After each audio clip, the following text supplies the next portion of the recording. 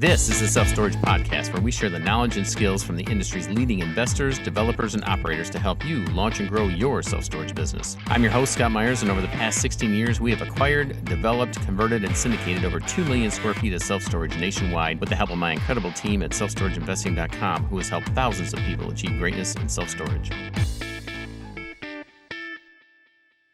Well, hello everyone, and welcome back to the Self-Storage Podcast. I am your host, Scott Meyers, and at the time of this recording, states are opening back up for business, and we are seeing some sense of normalcy. And my next guest, Gary Edmonds, hasn't really missed a beat through the pandemic and has continued to even grow his portfolio of facilities, primarily in rural towns. So I wanted to bring him on the show to shed some light on how his company has handled the recent challenges the rest of our economy is facing. Now, Gary has been in the business for 20 years, and he is a part of our Mastermind group and has contributed greatly to the group over the years. And he also serves in the background by organizing and assisting with our mission trips to Ensenada, where we build houses and give them away. And at the time of this podcast, he was on location at a facility he just purchased, and so I was very grateful that he took some time out to share how his opportunistic outlook on the self-storage landscape right now, as well as his best guess for what life is going to look like in the next several months and years to come. So without further ado, let's dive into my conversation with Gary Edmonds.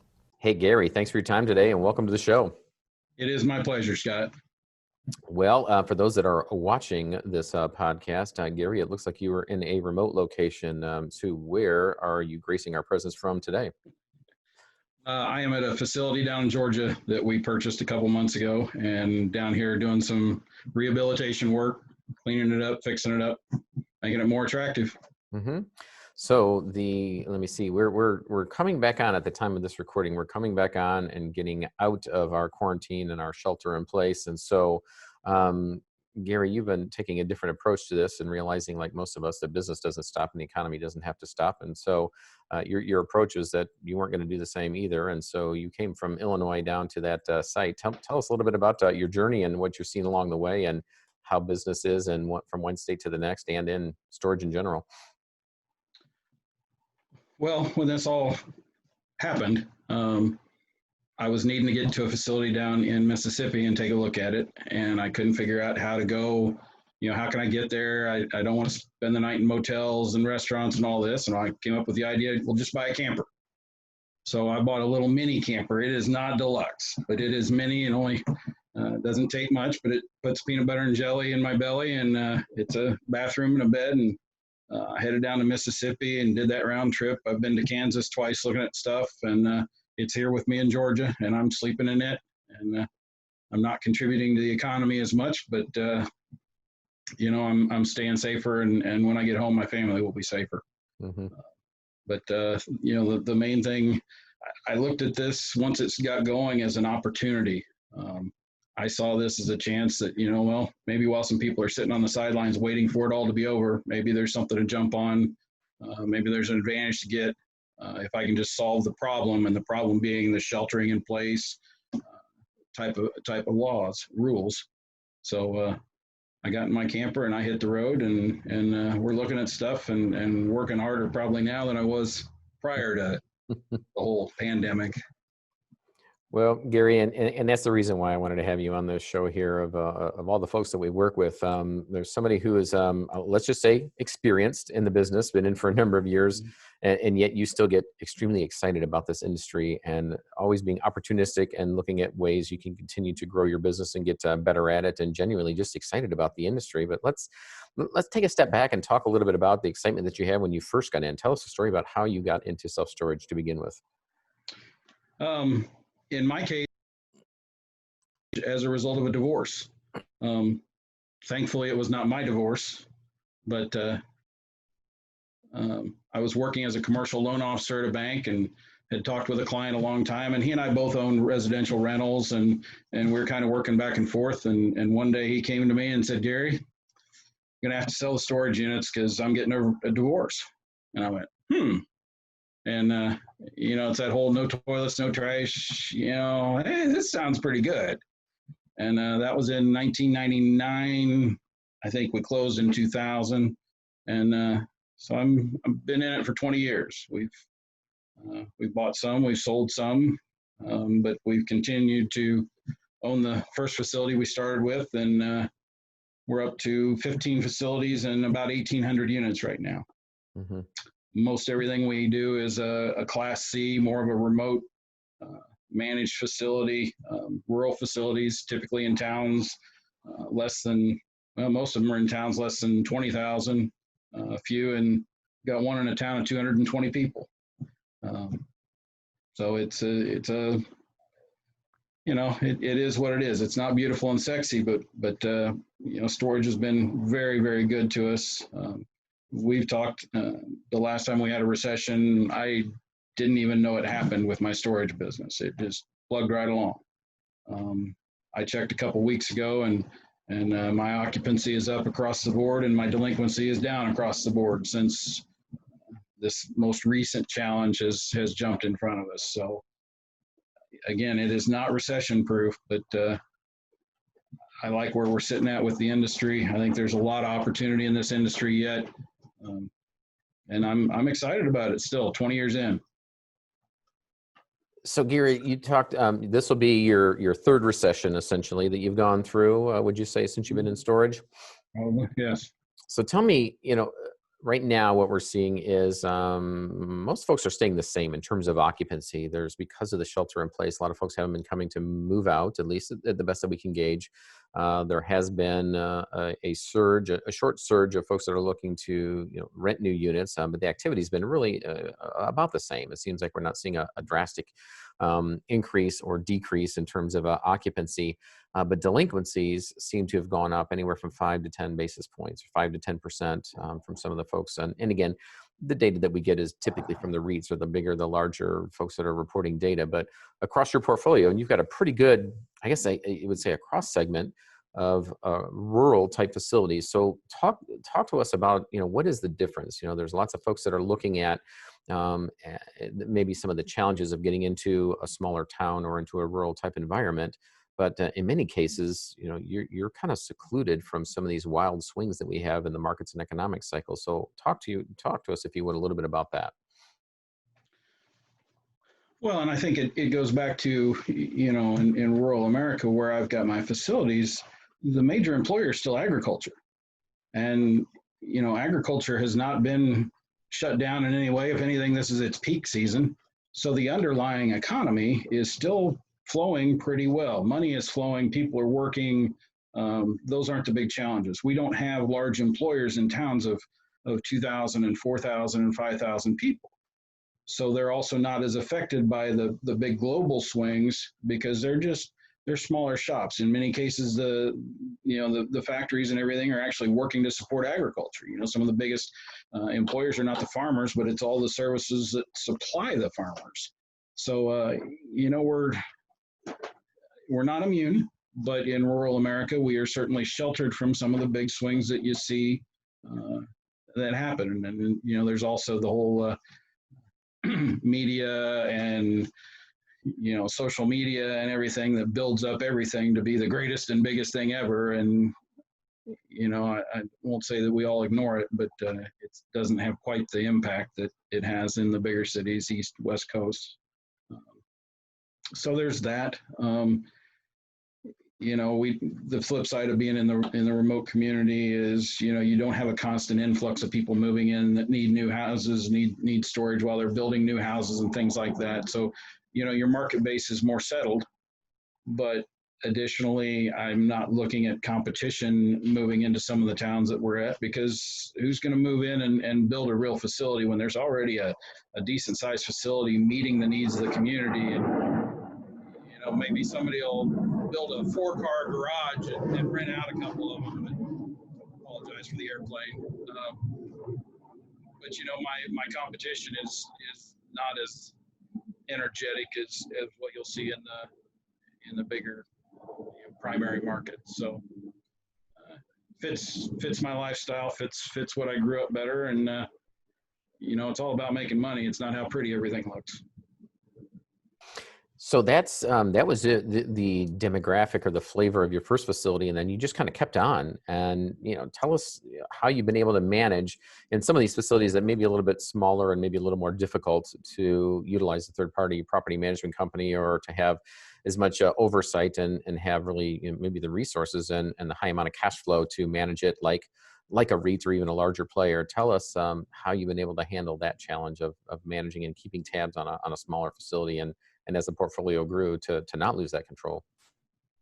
For the first 15 years, I did everything with an answering machine, and I was still working a real job. So I checked the answering machine 3-4 times during the day and returned calls to people needing storage. It was not the best customer service, but again, when you're in a smaller community, where else are they going to go? So as long as you got back to them fairly quickly, nobody complained. Do everything centrally out of my office, and then I had somebody locally on site a couple hours a week just to pick up the trash, overlock, unlock, do all the things that are required on site. I got good people, and I trust them a lot.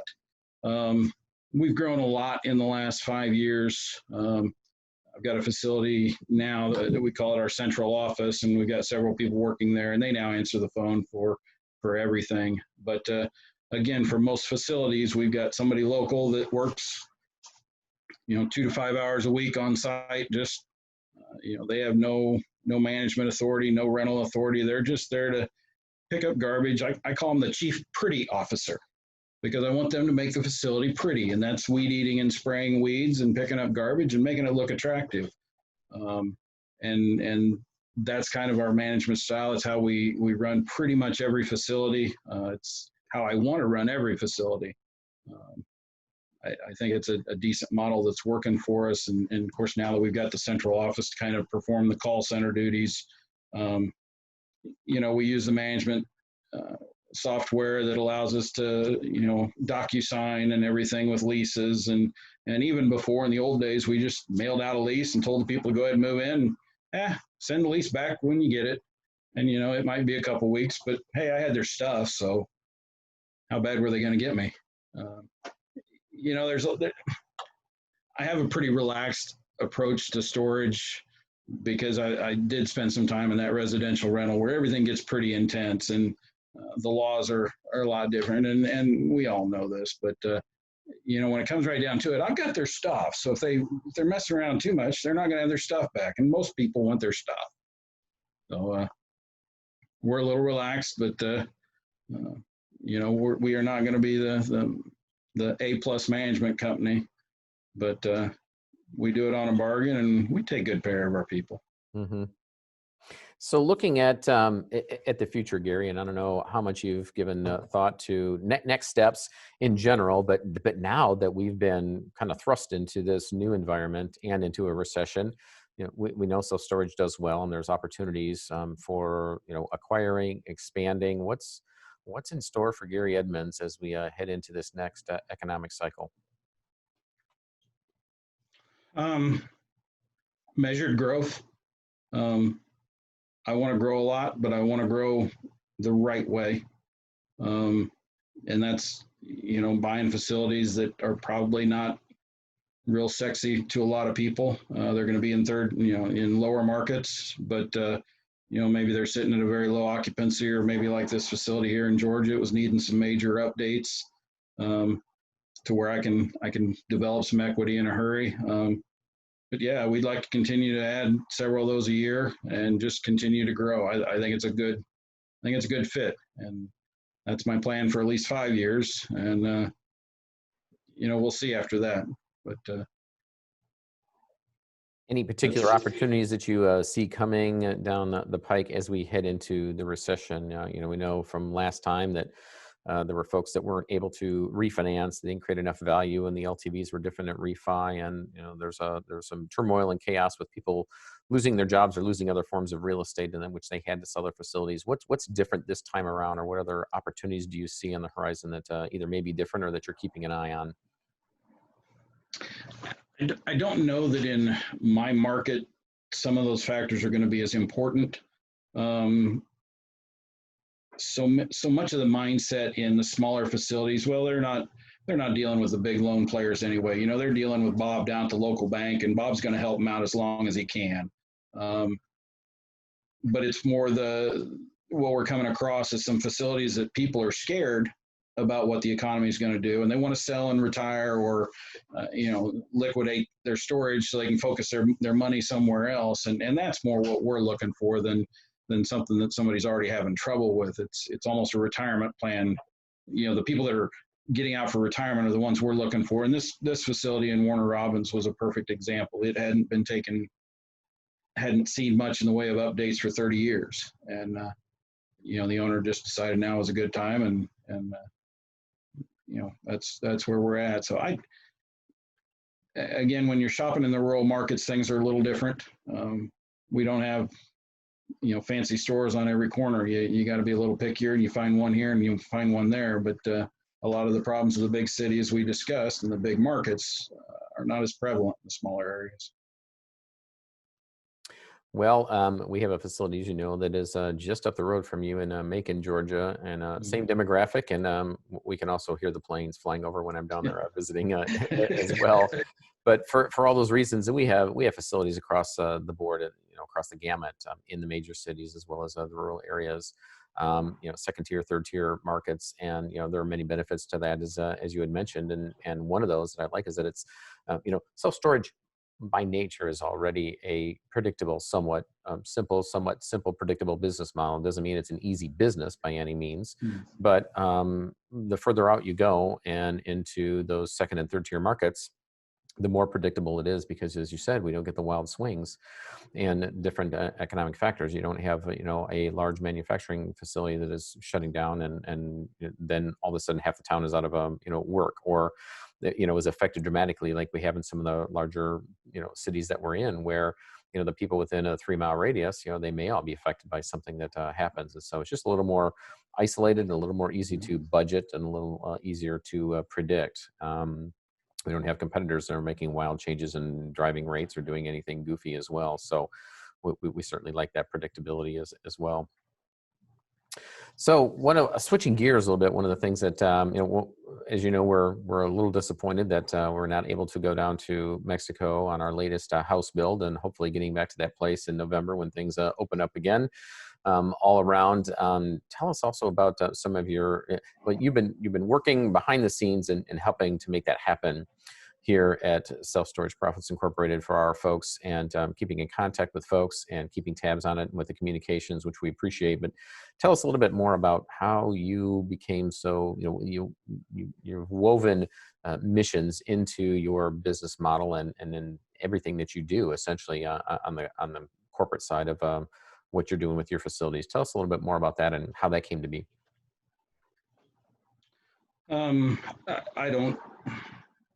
I can't really trace it back to anything. Well, obviously my parents, but my dad specifically always believed in serving your community, serving God, doing what you can, and not needing to beat his drum about it. And I picked that up, and I've served a number of local service organizations, and my church family was at one time one of the most important things in my life. But when you gave me the opportunity to go with you last year, whenever it was we went, it wasn't a life-changing experience, but it certainly made me refocus some of my life and just say, you know what, you need to do some things you need to do more. I'm in the last chapters of my life, so to speak, and I'm running out of time to leave that goodwill behind. And there was this guy on the mission trip with me, Scott Meyers. You might know him. He was talking one night kind of wistfully about, he wished he could just, put more time and energy into the missions and not have to be, distracted from it by some of the other things. So I reached out to him and just said, hey, if there's something I can do behind the scenes that doesn't require me to be in Indiana or anything like that to kind of help maybe get you going to where you want to go, I'm interested. And so you and Christina have been wonderful enough to allow me to try and contribute to the cause and do some things maybe behind the scenes that can keep everything moving forward on the mission side, improving some communication with people that have gone in the past. And who knows where that'll lead down the road. You'll tell me, but I'd like to continue to keep trying and help your mission work in Mexico, even if it is behind the scenes and not very glamorous. That's where I like it. Well, I don't know that any of it is glamorous, and we're certainly not doing it for any reason other than to serve. And so I appreciate that. And behind the scenes, yes. And before long, I would like for you and I to be side by side in Mexico or the Dominican or somewhere, swinging hammers together again, because that's when we can physically see that we're making a difference. But appreciate everything that you've done, and stepping up, and really just kind of leading that charge, because we appreciate it. We've needed it. And then we know that that there's greater things to come as a result of your efforts and our focus on that, as things begin to slow down and we get into those later chapters of our life as well. And not that I'm wishing for that to happen, but for the sooner the later, or the sooner the better. Just that is legacy and impact is what we're gearing up for around here right now. And so yeah, just thankful for you and all that you're doing on that end as well. Well, Gary, as we end our time together here, I know you've got work to do at your remote site so that you can finish up and then get back home. But if you would, share with us, let's say we get beyond, the issues with, the pandemic, and as we either settle into this recession or as we begin to come out of that, what's the crystal ball look like? What are you seeing in the industry and across the self-storage landscape as we head into, the latter parts of 2020 and 2021?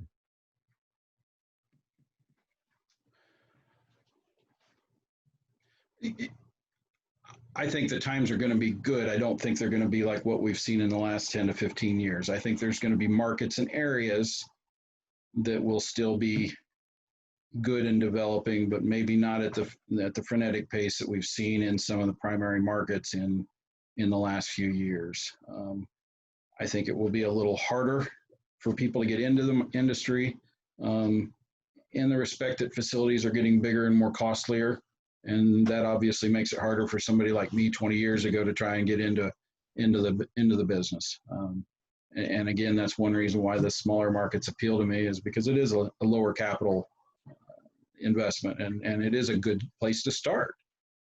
But I think some of the things that the organization is working towards, with the partnering together and the sharing, whether it's finances or experience or anything, I'm intrigued to see what your organization is gonna come to with our mastermind group, and see what develops out of that, because I think there's some good partnerships available inside there that may allow some people to get into facilities that they couldn't have on their own, even with SBA or whatever lending you want to go to. So I'm intrigued by that side. But getting back to your original question, I think storage is going to be strong. I really do. I know we're going to have some tremendous retail issues in this country. And the housing, I haven't been bullish on for a long time, but I think storage is going to be good. And I'm seeing some businesses renting from us now that used to have storefronts, and now they're going all online retail, and they're just needing a place to house stuff instead of having the storefront. So maybe there's even more opportunity for us in storage as we move to that. And I don't want to get into an argument of whether that's good or not, but maybe there's even more opportunity for us. Well, nobody's here to argue, but we can debate things. How's that? But Okay. but I won't. I certainly won't take an opposing side. We've had several folks that are keeping their eye on retail as a sector of the economy with regards to real estate. And the retail side is getting hit again. I don't know that it's going to be the last nail in the coffin, but I think through this recession and the habits that have been forced to change throughout most of the economy, both here and worldwide, where people were forced to get the things that they wanted or needed online. All those folks that were kicking and screaming that we dragged online anyways, now those folks have an Amazon account and they're buying things online, and they may just realize that this is a better way to go about it. And there's been a number of large retailers already that have filed. And some of those are reorganizations, and I believe the larger percentage of those are not coming back, or that model, their business model is going to shift, as you mentioned, where by name only they will be a store, and they will be online or selling through other distribution channels like Amazon or their other competitors that are hot on their heels. So that being said, there's an opportunity that I see for those big box retails to be converted to self-storage, to provide the needs for the warehousing, as you mentioned, of said stores. And in those markets that were a little tougher to get into for storage, that now have zoning in place, and some of those will become available, And coupled with greater demand, I think is going to be absolutely a good time for us to keep an eye on. I also appreciate and agree with the fact that, yeah, I think it is going to be more difficult for folks to get into the business because we've had even more of a leveling of the playing field, as the internet takes hold around the world, and we just get more efficient and tighten up, our information, our processes in business in general, especially in the storage business. It will get more competitive, and I think, that will breed less competition. It'll be more difficult to get into, and that's great. Every time we head into a recession, it does separate the wheat from the chaff, and it forces you to dig a little bit deeper. And the folks that are looking at getting into the business at this point, they may not. And some of those folks that thought they were fantastic business owners, only to realize they had this huge wind in their sail called the biggest bustling economy that we've had in this country ever. We'll realize that business ain't that easy, and we'll see some of those folks exit the economy as well. And those of us that have been through a handful of recessions are going to get back to some sense of normalcy. But also, for us, speaking for myself, and it sounds like you as well, Gary, being extremely opportunistic, but scaling in a smart fashion and in a smart way as well. So, my friend, I appreciate your time. Thank you so much. One last thing before we go here. Do you have any, as a seasoned veteran who has been around the industry for a while, any parting words of wisdom or experience that you'd like to share with our folks before we end for the day? Yes. And it doesn't just relate to storage, but it's kind of something. My daughters are a little bit older than your kids, but I noticed it a lot. It seems like there is a quest in our society for perfection. And that in itself discourages decision making in our young people and quite often our employees, because they're working for this perfect decision, because social media is going to jump all over you, or your friends are going to criticize you or something. And my daughters dislike a lot of my sayings, but one of them is perfection's the enemy of production, because you can get so wrapped up in trying to do things perfect. And whether that's running the numbers on a facility or whether that's trying to set a door at a facility or anything, if you try to make it perfect, you're going to be there forever. And people that aren't trying to make it perfect, like Gary Edmonds, are going to jump on the next deal because you're still worried about the perfect one. And there's another thing I tell my daughters, that I tell them I want them to make more wrong decisions than their competition makes decisions. Because I said, you have to be making those choices. You have to be deciding in business. Mm-hmm. You can't just sit around and wait for somebody to tell you what to do. You've got to make the decision because you're the boss. Mm-hmm. And that's been my real buttons lately is just, we need to, there used to be a saying in the country, you used to have to poop or get off the fence. And, mm-hmm. You can't worry about being criticized. You can't worry about being perfect, because you're not going to be. There's only one perfect person. You just have to make a decision, move forward. And yeah, it's going to be wrong some of the time, but you know what? Was it really critical that you decide between McDonald's and Hardee's that day for lunch? Make the decision, go on, and just, get in the habit of making quick decisions on quick issues and really focus on the big ones then. But even then, you're going to be wrong. Mm-hmm.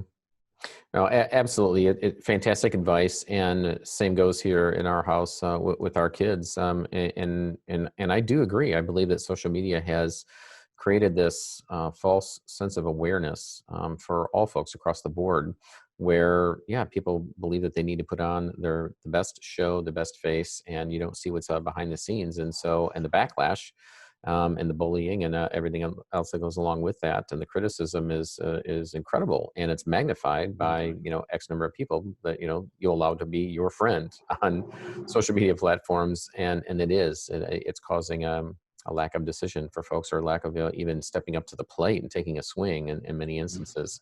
And I'll be the first to admit and raise my hand to say that I am guilty as well. But long before social media came around, my perfectionism and has had to be curbed, so much so that every day, several times a day, and writing it down and meeting notes and in our mission statement that we demand excellence. I demand excellence out of our employees. I demand excellence in everything that we do, in the content that we produce in our education business and in our facilities, and the way that we conduct ourselves. I don't expect perfectionism, but I do demand excellence. And Absolutely. so as I continue to convince myself of that, yes, especially, in the past, 2 months, as we've been thrown into a different economic cycle and we've had to change dramatically, that, as you mentioned, yeah, done is now the new perfect. Things need to get done and we need to ship. We need to ship the product. We need to ship whatever that is. We just need to button stuff up and get it out into the market, and we need to make a decision and move on. And as you were saying that, taking a page from Mark Zuckerberg, he says, yeah, we move fast and break things. And so, as you're telling your daughters, yeah, you're not going to make all the right decisions, but you know what? You need to make decisions. You got to move fast and break things. And, none of them are too critical that it's going to take your business down. So just make decisions. Well, Gary, once again, thank you so much, my friend. It was good to see you again and connect with you, and good luck with your facility down there. And looking forward to seeing you at a Mastermind again very soon, and also hopefully getting back onto the mission field as well. So once again, thanks, Gary. Take care, my friend. Been my pleasure, Scott. Thank you. All right. Bye now. Ladies and gentlemen, thank you for listening as always. Now, we're going to be talking about topics like this that are on target for the times that we find ourselves in. So it is important that you are listening to this podcast every single week, because the guests that I'm going to be bringing on and the topics we will be covering are relevant to what we are all going through right now. And it's just going to get better and better and better in terms of the content that we're going to be discussing, and it's going to be more timely than ever. So please, make sure you subscribe to the show and make sure you're paying attention to these episodes as they are coming out during this period, as I am specifically going out and finding guests who are providing really valuable information you need right now. So thank you so much. We'll see you next week.